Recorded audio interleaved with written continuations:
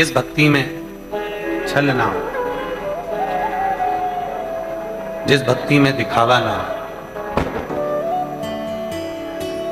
जिस भक्ति में केवल विश्वास हो, भरोसा हो, दृढ़ता हो, बस वही भक्ति हमें मुक्ति के पथ पर लेकर जाती है। एक भी स्पीकर नहीं चल रहा है यहाँ, कोई आके सुनिए, वो सुनता ही नहीं है, तुम आके सुनो। अपने बच्चे को कभी रोता हुआ नहीं देखना चाहते। माता पिता अपने बच्चे को मुस्कुराता हुआ देखना चाहते हैं। उसी तरह मेरा देव है महादेव भी आपको केवल मुस्कुराता हुआ देखना चाहता है, रोता हुआ नहीं देखता।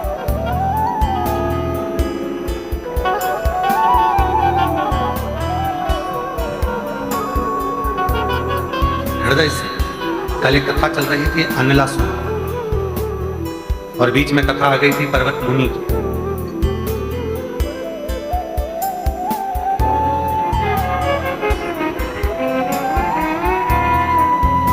भैया माइक वाले भैया लोग जरा जाकर देखो ना, आवाज कहाँ नहीं पहुंच रही है, 2-4 आदमी को भेजो वहां पर। कल कथा चल रही थी अनलासुर।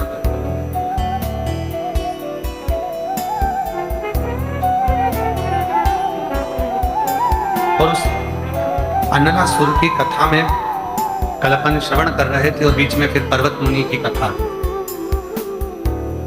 जिन्होंने पार्थिव लिंग का पूजन करा, जल चढ़ाया, वृक्षों की पत्ती तोड़कर शिव जी को समर्पित करी, और भगवान शंकर उनके सामने प्रकट हुए। शिव प्रकट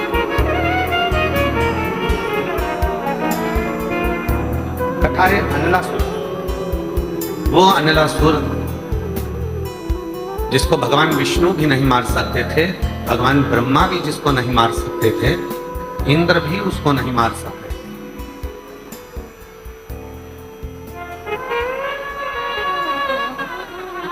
ना भगवान विष्णु मार सकते हैं उसको, ना ब्रह्मा मार सकते हैं उसको, ना इंद्र मार सकते, उसको कोई नहीं मार सकता। इतने वर उसके पास में थे कि वो उन वरों के कारण प्रबल हो चुका, बड़ा प्रबल। और शिव कथा क्या कहती है? मान लो आपको प्रभु की कृपा से धन मिल गया, प्रभु की कृपा से वैभव मिल गया, प्रभु की कृपा से आपको संपदा मिल गई, कुर्सी मिल गई, पद मिल गया, प्रतिष्ठा मिल गई, तो शिव कथा कहती है फिर अहंता नहीं रहना चाहिए। कुर्सी मिली है दूसरे का भला करने, पद मिला है दूसरे का भला। जब अष्टमी की तिथि होती है, नवमी तिथि होती है, सप्तमी तिथि होती है, अष्टमी तिथि होती है, नवमी तिथि होती है, ये सारी जो तिथियां होती हैं, इन सारी तिथियों में हम माता रानी को थोड़ी अग्नि जलाकर धूप छोड़ते। देवी को प्रसन्न करने के लिए अग्नि की जरूरत पड़ती है, और महादेव को प्रसन्न करने के लिए 1 लोटे जल की जरूरत पड़ती है। अब मत छेड़िए, करवत निवेदन है आप लोगों से, थोड़ा चल लेने दो।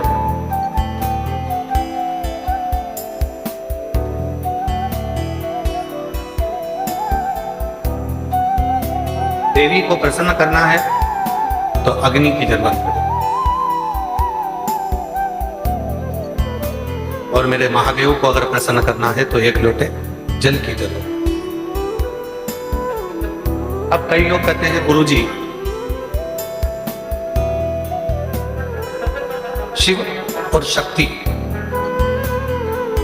दोनों को ही प्रसन्न करना है, और तुरंत कोई ऐसी जगह बता दो जहां पर शिव और शक्ति एक साथ प्रकट होकर प्रसन्न होकर हम पर करुणा करना प्रारंभ कर दें, तो वो स्थान कौन सा हो सकता? तो शिव महापुराण में उमा संहिता में एक स्थान ऐसा बताया, बेलपत्र का वृक्ष। उस बेलपत्र के वृक्ष के नीचे जब जल चढ़ाकर हम दीपक प्रज्वलित करते हैं, लंबी बत्ती का, कौन सी बत्ती का? तो रुई की जो लंबी बत्ती होती है उसको घी में डुबोकर हम दीपक प्रकट करते हैं। उस समय पर शिव और शक्ति दोनों ही प्रसन्न होकर हमें वर प्रदान करना प्रारंभ। तो अब दीप किसके लिए लगाया तुमने? शक्ति के। जल किसके लिए चढ़ाया आपने? देवाधिदेव दोनों को पसंद कर। और देवी को जब कोई दीप लगता है, कुल देवी को, मां आद्य शक्ति जगत जननी जगदम्बा दुर्गा भवानी को, मां वीणा वादनी को, मां शारदा को, मां संतोषी को, मां लक्ष्मी को, मां जगत जननी दुर्गा भवानी को, कोई भी माता को यदि दीपक लगाया जाता है तो वो बत्ती गोल नहीं होती, वो फूल बत्ती का नहीं होता। मां आद्य शक्ति, मां जगत जननी दुर्गा भवानी को, लक्ष्मी को, शारदा भवानी को, मां वीणा वादनी को, मां पार्वती को, भगवान मां आद्य जगत जननी दुर्गा भवानी को अगर कोई दीप लगाया जाता है तो वो बत्ती हमेशा लंबी। लंबी बत्ती क्यों? गोल बत्ती क्यों नहीं? तो कहा जब हम मां आद्य शक्ति जगत जननी को लंबी बत्ती का दीपक लगाते हैं तो हमारा वंश बढ़ता चले जाता है, वो वंश घटता है। वो वंश नहीं घटता। इसलिए शिव और शक्ति, देवी को अगर प्रसन्न करना है तो अग्नि से हो, और अगर महादेव को प्रसन्न करना है तो जल से। तो कोई ऐसा स्थान जहां पर ये दोनों हम क्रम करें और हमारे ऊपर शिव और शक्ति की करुणा बरसे, तो कहा वो है बेलपत्री का वृक्ष।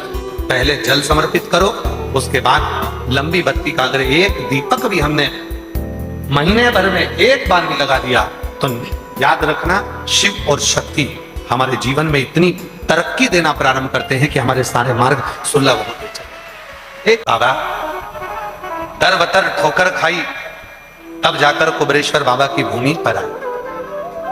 एक बार बाबा की कंकर शंकर पूजन कर गई, और उस दिन से आज तक बाबा ने प्लाट भी दिला दिया, मकान की भी व्यवस्था कर दी, मेरी नौकरी भी लगवा दी, और आज बाबा ने ऐसी कृपा कर दी कि किसी चीज की कमी नहीं है। काशी वाले ने ऐसा लुटा दिया भंडार कि गुरुजी मुझे माला माल कर दिया, कोई कमी ना,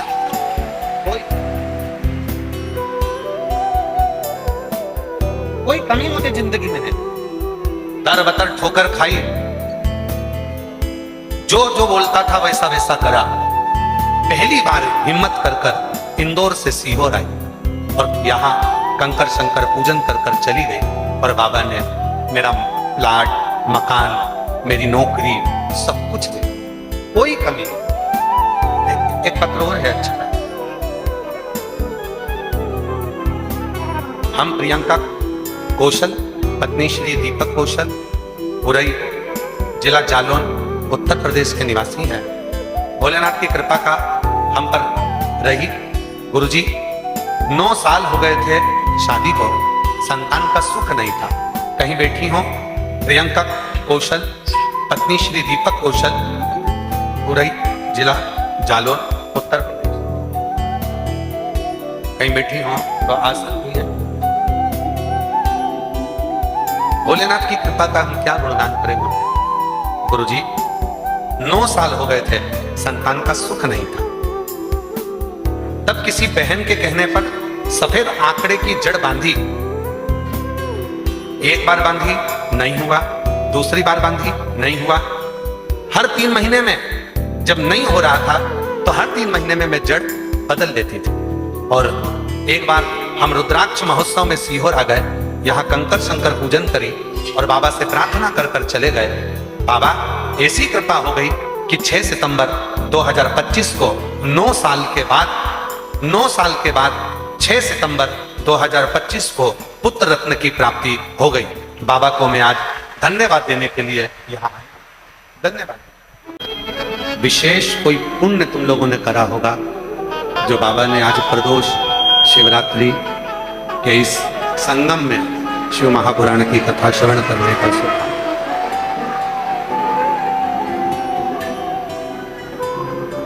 त्रिवेणी संगम हो गया, आज प्रदोष भी हो गई, शिवरात्रि भी हो गई और साथ में कुबेरेश्वर बाबा के दरवाजे पर बैठकर शिव महापुराण की कथा भी हो गई।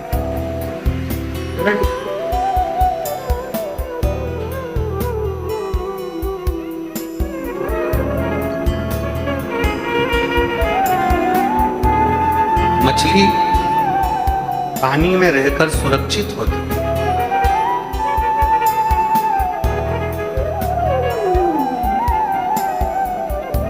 मछली को रोड पर रख दो तो क्या सुरक्षित रहेगी?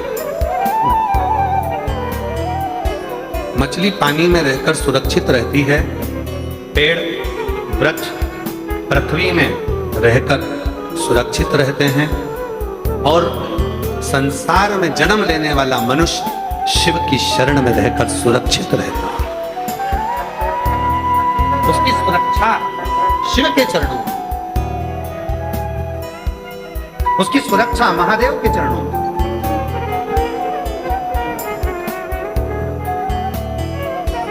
और जो एक बार शिव की शरणागति में आया, जो एक बार भगवान शंकर के एक लोटा जल चढ़ाना प्रारंभ करा, मंदिर में झाड़ू पोछा करना प्रारंभ करा, सेवा करना प्रारंभ करी, शिव सेवा में जो लगा, नंदी भृंगी शृंगी लंकापति रावण बाणासुर, ये जितने हुए हैं, भगवान शंकर के जितने गण हुए हैं, इन्होंने भगवान शंकर को राजी करने के लिए कोई घोर तप नहीं करा।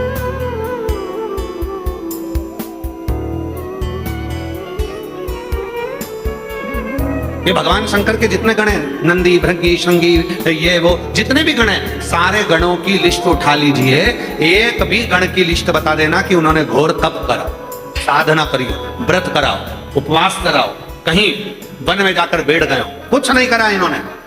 केवल एक काम करा, भाव से शिव को रिझाया। जैसे कड़प कौन था? जंगल में लेने वाला एक भी। मूर्ति को देखा, शिवलिंग को, पंडित जी को पूजन करते देख लिया, कड़प गया जल भरने के लिए, लोटा नहीं था पानी का, मुंह में पानी भर लिया।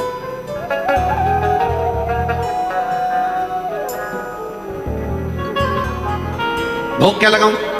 पशु पक्षी को मारकर उसका मांस ले लिया। पत्तियां तोड़ ली वृक्ष की, पहुंच गया शिव जी के मंदिर में, बहुत सारा कचरा पड़ा था, जूते से साफ कर दिया पांव से, और मुंह का पानी शंकर बन, पत्ती चढ़ा दी, रख दिया मांस नीचे, और रोज वही क्रम करने लगा।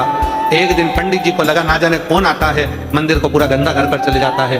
पंडित जी ने एक लोहे का पिंजरा बनवाया, शिवलिंग को कैद कर दिया।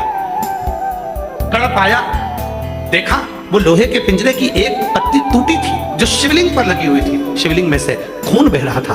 कड़प ने सब फेंका, पिंजरे को निकाला, शिवलिंग में से खून निकल रहा था। कड़प को लगा मेरे महादेव की 3 आंखें हैं, उसमें से एक आंख महादेव की फूट गई है, खून निकल रहा है। मैंने सुना है अगर नेत्र की जगह पर नेत्र लगा दिया जाए तो खून आना बंद हो जाएगा। कड़प ने त्रिशूल उठाया, अपनी एक आंख निकाली और शंकर के शिवलिंग पर लगा दी। भगवान शंकर सामने प्रकट हो।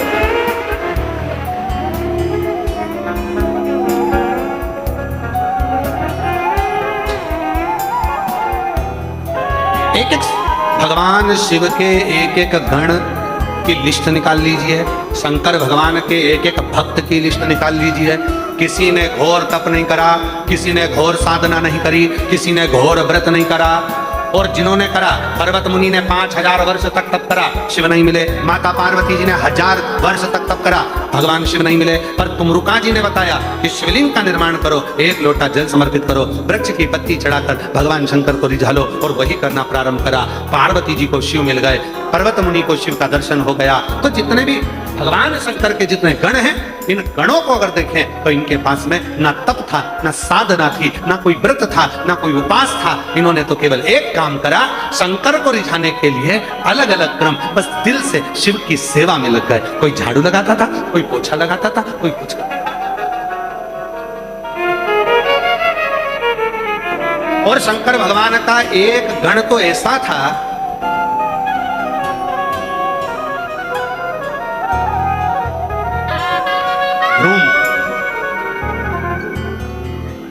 शिव जी का एक गण ब्रह्म ऐसा था, जहां शिव जी बैठते थे वहीं पर जम जम के सारा सामान झटकारता था।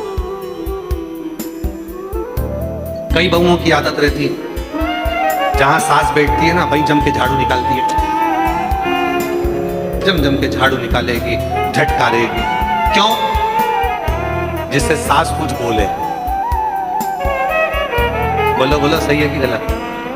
कई बच्चों की आदत रहती है, बेटियों की आदत रहती है, कई बच्चों की आदत रहती है, जहां मम्मी पापा बैठे हैं वहीं पर आकर उधम मचाना।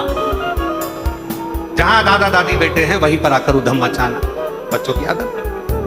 क्यों? वहां उधम मचाएंगे तो दादा दादी कुछ कहेंगे, पापा मम्मी कुछ कहेंगे। कई बहुओं की आदत थी वहीं से झाड़ू निकालेंगे, वहीं से। तो भ्रूण की क्या आदत थी? ऐसा गण था शंकर भगवान का जिसने ना तप करा, ना साधना करी, ना व्रत करा, ना उपास करा, ना कोई तपस्या करी, ना कोई यज्ञ करा, ना कोई अनुष्ठान करा। एक काम करता था बस, कैलाश पर जहां शिव पार्वती बैठते थे ये वहीं पर जाकर कुछ ना कुछ ढोलता, फेंकता, झटकारता। और जैसे ही ये कुछ करता पार्वती जी बाजू में बैठी बैठी शंकर जी को कोनी का इशारा करता। शंकर भगवान मुस्कुराते और मुस्कुरा के शंकर भगवान धीरे से बोलते, बोले ही मती, तू तो चुप रहे, बोल। पार्वती जी बोल रही है, बिल्कुल पास में झटकार रहा है। शंकर भगवान बोले झटकार नहीं रहा है, झटकारने के बहाने अपन से कुछ झटक लेगा, तो चुप बैठ, बिल्कुल चुप बैठ। बच्चों की आदत रहती है दादा दादी के पास आकर, मम्मी पापा के पास आकर खेलते हैं और खेलने के बहाने धीरे धीरे धीरे धीरे करते हुए जेब में से मोबाइल झटक लेते हैं। कुछ नहीं बने तो शिव मंदिर में सेवा करो, कुछ नहीं बने तो भगवान शंकर के मंदिर में जाकर झाड़ू पोछा कर लो, थोड़ी सेवा कर लो, थोड़ा श्रृंगार कर लो। जो चढ़ा हुआ है, जो बेलपत्री शिवलिंग पर चढ़ी हुई है, जो फूल शिवलिंग पर चढ़ा हुआ है, जो दुर्वा शिवलिंग पर चढ़ी हुई है, जो धतूरा शिवलिंग पर चढ़ा हुआ है, उसको उठाओ, धो और वापिस शंकर के शिवलिंग को वापिस उसी से श्रृंगार करो, उसी से।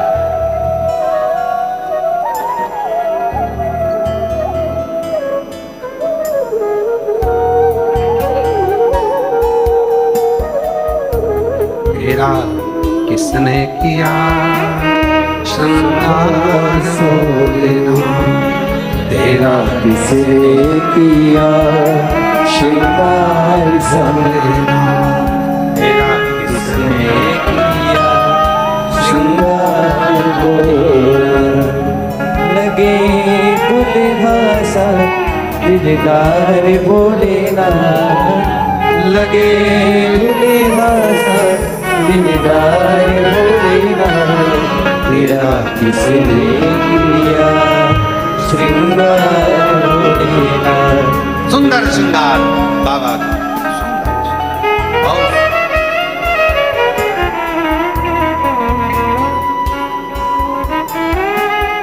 हमारे ठाकुर जी इसको स्मरण करते हैं। मस्तक पर मलिया गिरी चंदन, मोर मुकुट कानों में कुंडल ऐसा, और महकता रहे दरबार सावरे, महकता रहे दरबार सावरे। सुंदर श्रृंगार बन सके वहीं का फूल, वहीं के पत्र, वहीं की बेलपत्र, वहीं का सर्वस्व शिव को समर्पित, वहीं का सर्वस्व। आप लोग जाते हो मंदिर जम के? तो बोलो जल चढ़ाते हो, ठीक है। रोज फूल नहीं ले जा सकते, रोज बेलपत्र नहीं ले जा सकते, तो मंदिर में जो चढ़ी हुई बेलपत्र फूल है उसको उठाओ, धो, श्रृंगार उसी से, उसी से।